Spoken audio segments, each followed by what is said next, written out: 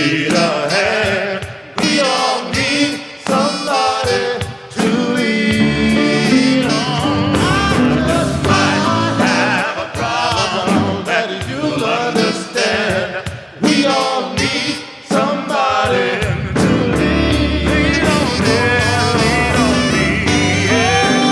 When you're not strong, I'll be your friend.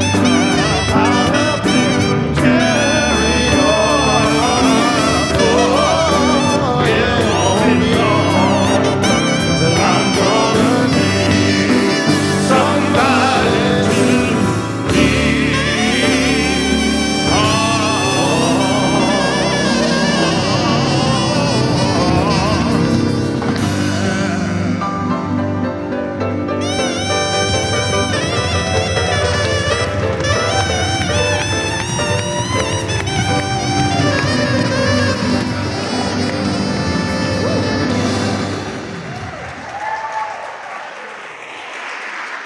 Wow, wow, wow. Thank you.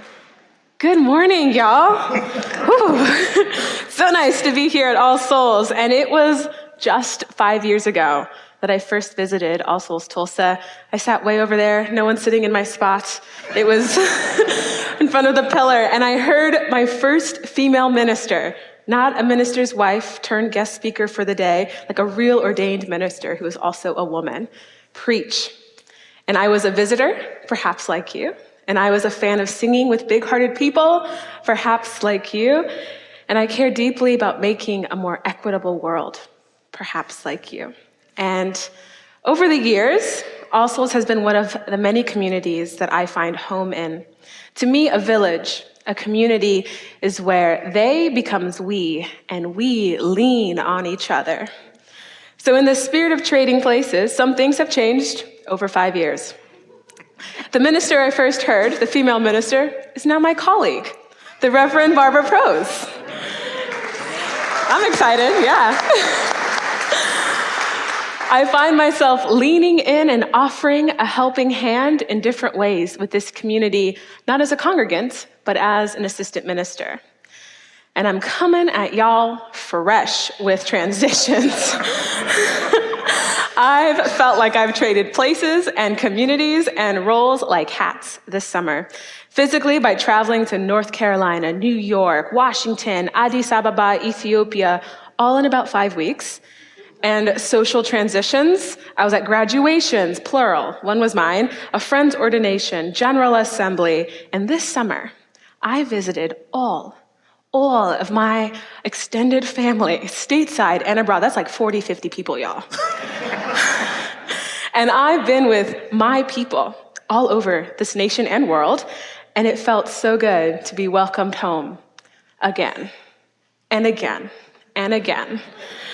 And in the community whirlwind, I was hanging out one day in Addis Ababa, high off of family love and the joy of being with my people, probably relaxing and eating a vegan pizza with my cousin, or a smoothie, when the topic of the next sermon I wanted to preach came into my mind. What to do when your people embarrass you. You probably heard me right. So what to do when your crew, when the squad, when your family embarrass you by how they act, or what they say, or what they teach, and the history you uncover, and what others experience about them. And I'm not talking about enduring abuse, or having people with harmless idiosyncrasies, because diversity is the spice of life. And abuse is never your job to endure for the team. Today, I want to talk about what to do when people simply embarrass you. Let's pause. I could literally exhaust you and myself trying to explain my joy and the gratitude and the honor and respect I have for my family and the Ethiopian culture and Unitarian Universalism, all the communities I soaked in this summer. I don't lack genuine joy to be part of the we, but that's true, and my roles on these trips switched up the point of view I got of my communities, and they were not fully flattering. So at General Assembly, the annual gathering of Unitarian Universalists in North America, I was the co-chair of the Right Relationship Team. RRT, Right Relationship Team, is a volunteer group of individuals who support the GA community in returning to right relationship with our covenant, how we want to be together. And essentially, when someone has an issue with another individual or another GA system and wants to vent or gain support, we're called in to listen and aid all sides in transforming. And it's a beautiful practice, and it's an honor to serve on the team for my 2 years, and it's a lot of family secrets and insults and fights to be informed of for 16 plus hours, 5 days in a row. I had a similar time in Ethiopia. It was love central, y'all. So much joy and community. We sang together, we hugged each other and welcomed one another, like many of us here today, excited to be together. And I heard the unspoken stories as a confidant of many family members, and I even found my own complaints. So, y'all, I'm gonna be real. Community is yuck sometimes.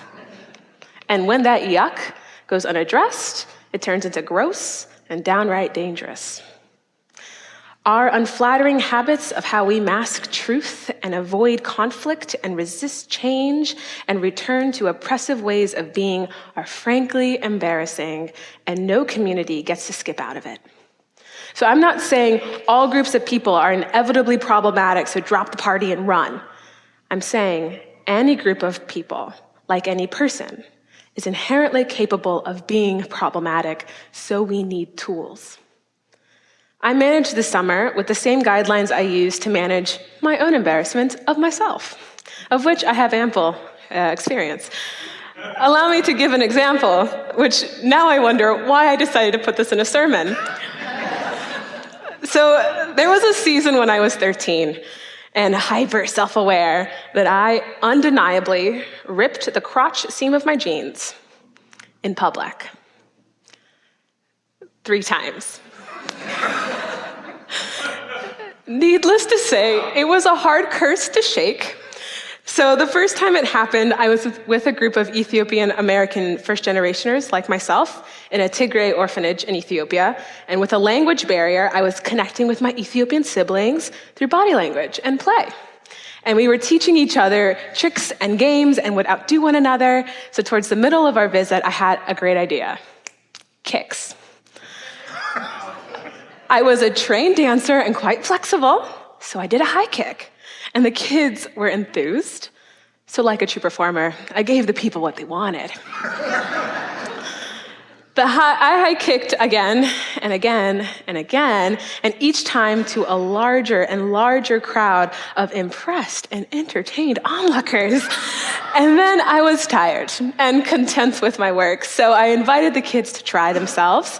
And after they attempted for a while, their elongated legs only making it about to their hips, they turned to me and begged for more. I complied. And as my now warmed up leg ascended to new heights, I heard a heart-stopping tear. Before my leg returned to the ground, the children's gazes went from my foot to my face, now horrified, and their mouths agape in delight reformed to screams and laughter. No translator needed. So, I was embarrassed, y'all. I would have rather broken a bone and had it sticking out of my skin than endure the emotional pain I was in. After a little too long, I was able to convince a person from my group to let me wear their jacket till I got home. And then I sat on the sidelines of the fun, emotionally frozen, cringing at the shame I was and the ruiner of delights I proved to be. And I don't really remember the second time, except that I didn't want to talk to anyone about it as well. And the last time, well, I was at a Sunday night church service and was engaged in the youth group's regular practice of pew hopping. So why disturb multiple people, squish past them just to go around and then squish past more people? No need, just hop the pew.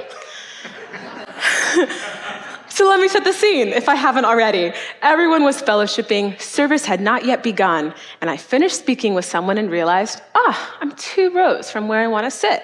So I threw a leg over a chair in front of me and hop-slided over it, as I had done earlier that day, and yet, you know. Rip time. So there was a moment which felt like an eternity, and I heard the now familiar rip and felt the unwelcome breeze and realized it happened again. It wasn't, oh no, this is happening. It was, oh no, this is happening again. Again? This is happening again? And I sat in the chair I attempted to hop and bursted into laughter. Eventually, I wore a classmate's Snuggie. Does anyone remember what Snuggies were? Well, I had to wear it like a robe. And I proceeded to tell everyone during church and after about what had happened. And I was bubbling with laughter at my less than ideal, but now undeniable, weird strain of luck. The power of embarrassing stories is that they are emotional stamps. Our cells are filled with chemicals that literally stamp our bodies with what we believe is true about ourselves and the world in that moment. And you can learn more about this by reading books like The Body Keeps the Score, where Bessel Kolk, a medical doctor, goes in depth about the effect and traceability of trauma in our bodies, in our hearts, and our minds. And you can also read Toni Morrison's novel, Beloved, where through story we witness how trauma and secrets can become entities we live with, or really try to survive. Well, so what turns that yuck into dangerous is because it's unreflected on. What we believe about ourselves and then do to confirm that belief can pull us closer or farther from our highest visions for our lives. For example, the first ripped jeans experience, when flooded with embarrassment in every cell of my body, I believed I was a fool to be ashamed of because I wanted to be celebrated. So I dared to think I had something or was something. And I told myself it was dangerous to believe I deserved to be in the fun and action. So I took myself out of it. I sidelined myself and punished myself for practicing vulnerability and risk. And the grace of the third ripped jeans experience was that it got meta. I saw the pattern of misfortune and serendipity and translated it as humor and slanted luck.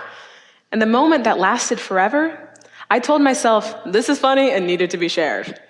And when my body was filled with awareness, I stamped myself with levity and contentment and a sense of worth. I was worth listening to. I had something to offer community. I was a blessing, a comedic blessing.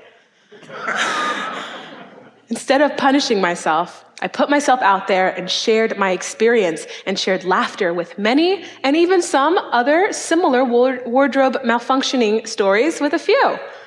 It strengthened my bonds with the community, and I was better for the experience, better than had a non-pant-tearing experience happened. So what do we believe about ourselves and each other when our community is embarrassing? It's often not so much the thing itself, but what we translate it to mean about who we are, our power, our role, our capacity to choose or change that leaves the scars. Embarrassment is a stamp in a body and in a community. Are you consciously utilizing it and reflecting on the stories you're living out? Or are you on autopilot, moving away from your values and lowering your values to avoid the discomfort of the dissonance? And I want to be clear, being in covenanting community is not an escape from dealing with the new and old embarrassing stuff your community has done. Some of us were raised to defend our family, our friend group, our city, our country, and defend it from responsibility mistranslated as embarrassment and shame. But take this in deeply. Being in covenant, in love, in community, being loyal does not mean being in mutual secret keeping. It will erode beautiful relationships. It will dissolve fantastic dreams. Unreflected on, embarrassment stamps, our secrets are a virus we must identify and shine awareness on with our tools of vulnerability, empathy, humility, and responsibility. There are many ways to guide and train ourselves to manage and reach liberation through the grand opportunity of inevitable, embarrassing stories. And if you like fun acronyms, I have one. The past Right Relationship co-chair, the Reverend Hannah Roberts Villeneuve, introduced this to orient new Right Relationship team members to the posture we have in our work. When presented with a big old embarrassment pie, remember this: WTF. Wait for it. WTF is an acronym for, wasn't that fascinating?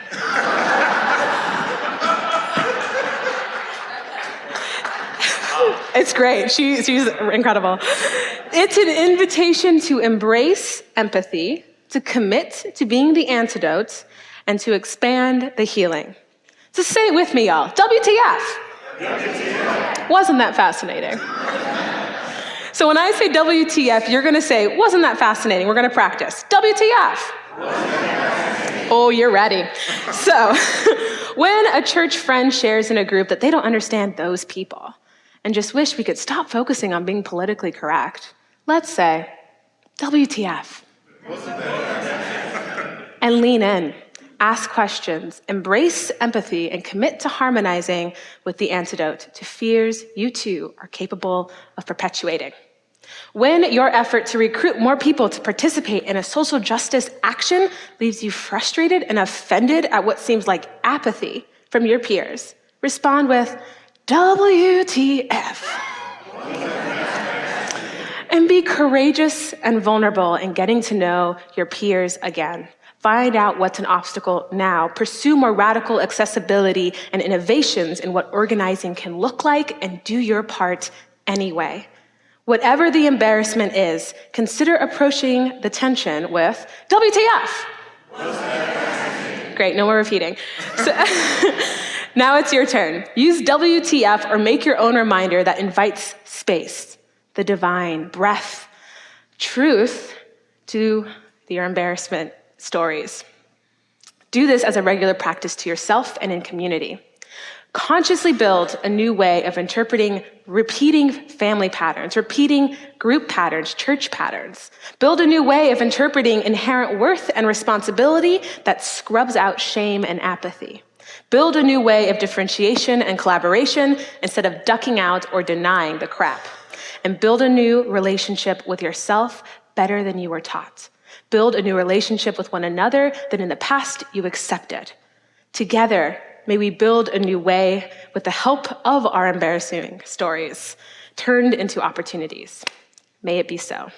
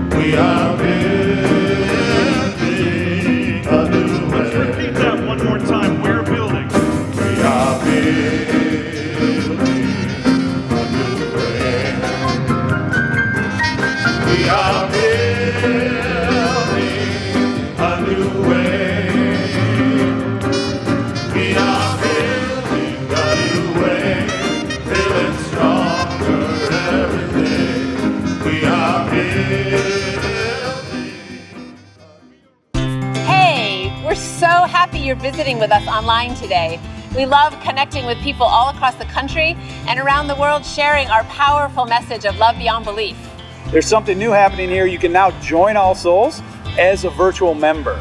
Our virtual membership is designed for friends who live outside of Tulsa, Oklahoma, and who want to engage with All Souls in a meaningful way.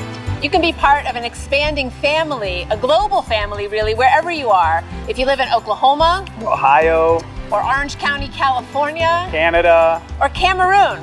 By becoming a virtual member, you'll be able to deepen your connections with members and friends here in Tulsa and with members wherever you are.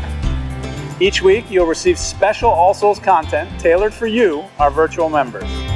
Virtual members have access to pastoral care, to personal prayers, and also receive invitations to exclusive web events. You can learn more, and if you're ready, you can become a virtual member today by visiting allsoulschurch.org/virtual membership. We're grateful our ministries are having a positive impact on your life, and we want to share the good news of love beyond belief with more and more people. So no matter what, we need your support to keep this ministry growing and thriving, so please consider making a gift today. You can do so by texting Love BB for Love Beyond Belief to 73256, or simply visit our website. You are a blessing in our lives. May you be blessed and be a blessing.